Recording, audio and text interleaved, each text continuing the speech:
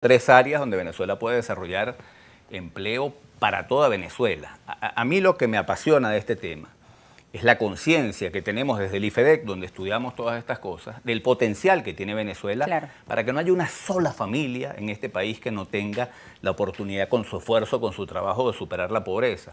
¿Qué es lo que necesita Venezuela? No un gobierno que esté repartiendo cajas CLAP ni que esté repartiendo ayuda. Un gobierno que desarrolle una política económica que estimule inversiones para que se generen empleo. ¿Dónde se pueden generar empleo? En esas 3 áreas. Si el gobierno desarrolla, si desarrollamos en Venezuela un modelo económico, este gobierno no puede porque no genera confianza y hace falta generar confianza para que haya inversiones. Pero si desarrollamos en Venezuela estas 3 áreas, nosotros podemos darle oportunidad a todas esas familias que hoy están viviendo en una situación de pobreza absolutamente inexplicable, injustificada, oportunidades para salir adelante. Invitar a los venezolanos con el esfuerzo creador, con el sacrificio, con el trabajo de cada uno, a que nosotros podamos construir ese país con el que soñamos, que no es otro que un país que le dé oportunidades a todos de tener las posibilidades de vivir con dignidad. Y creo que esta es una oportunidad para desarrollar todo esto. Tú me preguntabas al principio sobre las primarias. Para mí es mucho más importante que el liderazgo opositor ponga a este país a soñar con un modelo distinto, con un país diferente, a que estén unos líderes que tienen 0.1% en las encuestas disputándose de quién es el candidato.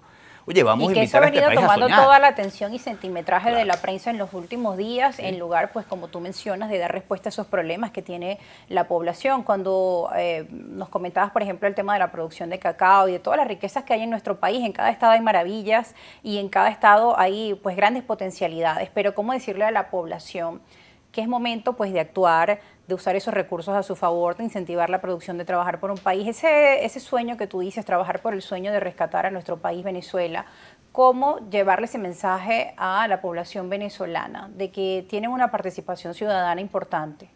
Tú sabes que el punto está, buenísima tu pregunta, en abandonar el discurso político, en abandonar ese pleitico a ver quién es el que predomina sobre la oposición y en empezar todos a presentarle al país ese sueño de un país diferente, que es del país posible, porque te repito, no es... ¿Y no ves en otros partidos políticos que estén trabajando en ese sueño, en ese planteamiento, sino enfocados en este tema de primarias y de elecciones? Yo veo el discurso político en general de todos, y todo se centra en si la fecha de la primaria es antes o después, si el CNE participa o no participa, si a mí me dan oportunidad o no me dan oportunidad. Y yo cuando los veo digo la desconexión con el país se explica perfectamente desde el discurso, cuando la gente tiene hambre, cuando hay un montón de madres que no tienen que darle de comer a sus hijos, cuando los padres de familia están desesperados por ver cómo resuelven su problema económico, cuando yo veo el discurso político digo, no puede haber nadie en este país que esté pendiente. El tema de la educación en nuestro país, el tema del regreso a clases, por ejemplo. Mira, un tema fundamental. La educación tendría que ser en Venezuela un instrumento de ascenso social. Es decir, ¿qué era la educación para ti y para mí? Era un instrumento para progresar, para salir adelante, para crecer, para desarrollarnos. Era la oportunidad de tener un mejor empleo, de vivir una vida mejor.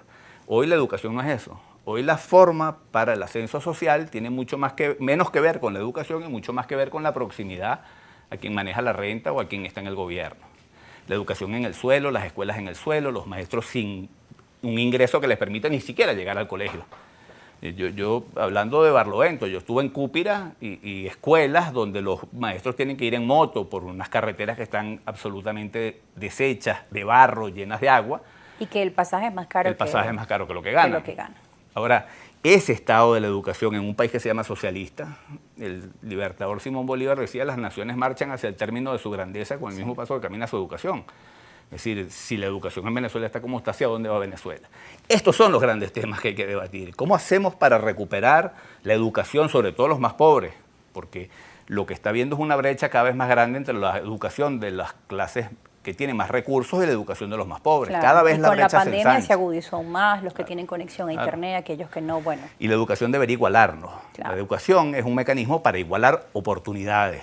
Es decir, una sociedad justa es una sociedad que le brinda la misma oportunidad. Pero la realidad es que esa brecha ha ido aumentando, al igual que con el tema económico de la adquisición de recursos. Cuando dicen que Venezuela se arregló, que los índices económicos han mejorado, es porque ha mejorado para un sector de la población, pero para la mayoría ha desmejorado, que es lo que hablabas del tema de la desigualdad. Entonces, ¿cómo dar esperanza a ese grupo de personas? Nos hablabas del tema de la desesperanza aprendida, pero entonces, ¿cómo logramos vencerlo en medio de las circunstancias que estamos observando y de esos indicadores? proponiendo cosas, así, hablando de esos temas y hablando de esos temas en perspectiva, es decir, qué podemos hacer en Venezuela, las cosas que podemos construir, cambiando el discurso. Si el discurso se limita a los temas políticos, pues nunca lo vamos a lograr. Si nosotros somos capaces de decir cómo vamos nosotros a recuperar la economía, cómo vamos nosotros a atraer inversiones en las áreas en donde podemos generar empleo, dónde podemos generar empleo en Venezuela, dónde están las ventajas comparativas del país que nos permiten desarrollar una política que le dé oportunidades a la gente. Si ese es el discurso, oye, la gente va a estar mucho más dispuesta. Si tú le hablas a la gente de Barlovento del potencial que tiene esa región, si desarrollamos y traemos inversiones para que aquí se instalen fábricas de chocolate y se creen las condiciones para que ellos puedan vender directamente sus productos a precio internacional, esa gente se va a motivar. Ahora, si el discurso que escuchan es simplemente unos políticos peleándose para ver cuál va a ser candidato, pues es lógico que cada uno se dedique a la subsistencia y que, bueno, que se desconecten completamente claro, de lo político. ahí están las encuestas, la desconexión que hay con los Completa, políticos sí. y con tanto el trabajo que ha venido realizando la oposición como con el gobierno, y que la gente entonces habla de la necesidad de una tercera vía o de una opción diferente. La población venezolana quiere cambio, y esto es algo que hemos visto además en otros países de América Latina, esa necesidad de algo diferente y de un cambio, porque están cansados del sistema y de pues los gobiernos que estén de turno, bien sean de izquierda o de derecha. No se trata ya como que de una lucha de ideología, sino de pues la realidad, ¿no? Ante la realidad que estamos viviendo en el mundo. Estamos ahora en medio de una guerra, un conflicto entre Rusia y Ucrania que se ha extendido, el tema de la pandemia que además agudizó todo, escuchamos en las noticias recesión económica mundial. Entonces la gente, bueno, quiere saber cuáles son esos planteamientos y cuáles son las propuestas de un gobierno que piense en la gente, ¿no? Sí, claro, un gobierno que se aleje de los intereses particulares de los líderes políticos de los partidos y se interese mucho más en los problemas de la gente, en cómo vamos a resolver los problemas de la gente, que el problema fundamental hoy de los venezolanos es la caída del ingreso. Claro. Es decir, hoy una familia normal no le alcanza el sueldo para comprar absolutamente nada. Entonces tenemos problemas con los empleados públicos, porque el gobierno simplemente, habiendo destruido el aparato productivo y habiendo destruido la renta petrolera, los ingresos petroleros, ahora se ve imposibilitado de cumplir con sus obligaciones laborales. Bueno, la única forma que nosotros podamos volver a tener un país rico es que cambiemos el modelo económico y desarrollemos un modelo económico diferente. Que uno de los problemas que tenemos es que todo el discurso político gira alrededor del modelo rentista. Sí. Porque además traemos eso desde la llegada del petróleo. Sí. Claro, desde la llegada del petróleo. El modelo rentista es muy atractivo para los políticos, porque produce una renta muy grande que la manejan los políticos. Por eso yo digo que la renta petrolera hace rico a los políticos, no hace rico a la gente. Hace pobre a la gente porque destruye el empleo. Ahora, todo el discurso político, cuando uno ve los candidatos presidenciales que hemos tenido de la oposición frente al gobierno, uno ofrecía legalizar las misiones, que iba a mejorarlas, que iba a crear nuevas, o sea, el mismo modelo rentista, que iba a aumentar la producción petrolera, todo en base al sostenimiento del modelo rentista. Y unos años antes tuvimos un candidato que decía que iba a repartir una tarjeta minegra con la que iba a repartir la riqueza petrolera para que le llegara a todo el mundo. Es decir, es la manipulación de la pobreza con el objetivo de buscar objetivos políticos. Claro, que es un concepto que no ayuda a la gente a crear su propia visión de progreso, sino esperar como pueblo a que me den una caja, que me den una tarjeta, lo que sea. Es un poco incentivar a la gente que esté con la mano extendida esperando las dádivas del Estado. En lugar de decirle a la gente, vamos a echarle pierna, vamos a trabajar, tú dependes de ti, de tu trabajo, de tu esfuerzo. Es decir, la posibilidad que tú logres superar la pobreza depende mucho más de tu capacidad de esforzarte.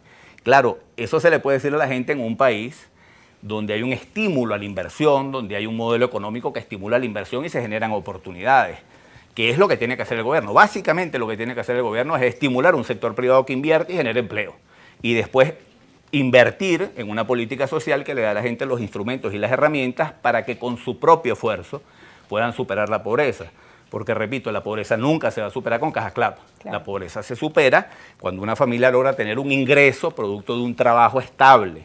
Esos trabajos solamente los genera el sector privado. Y que el trabajo le permita acceder a la canasta básica, que es lo que establece mínimamente la Constitución, y no esperar lo que llegue en una caja. Yo visito el país con muchísima frecuencia, y cuando tú hablas con la gente dice, yo no quiero que el gobierno me dé nada.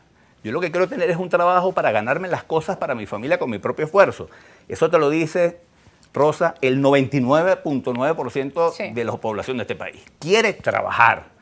Entonces, no podemos seguir teniendo un liderazgo político que lo que estimula es el paternalismo, el facilismo, cuando la población venezolana es una población digna que lo que quiere es salir adelante con su esfuerzo. Pedro, lamentablemente se nos ha acabado el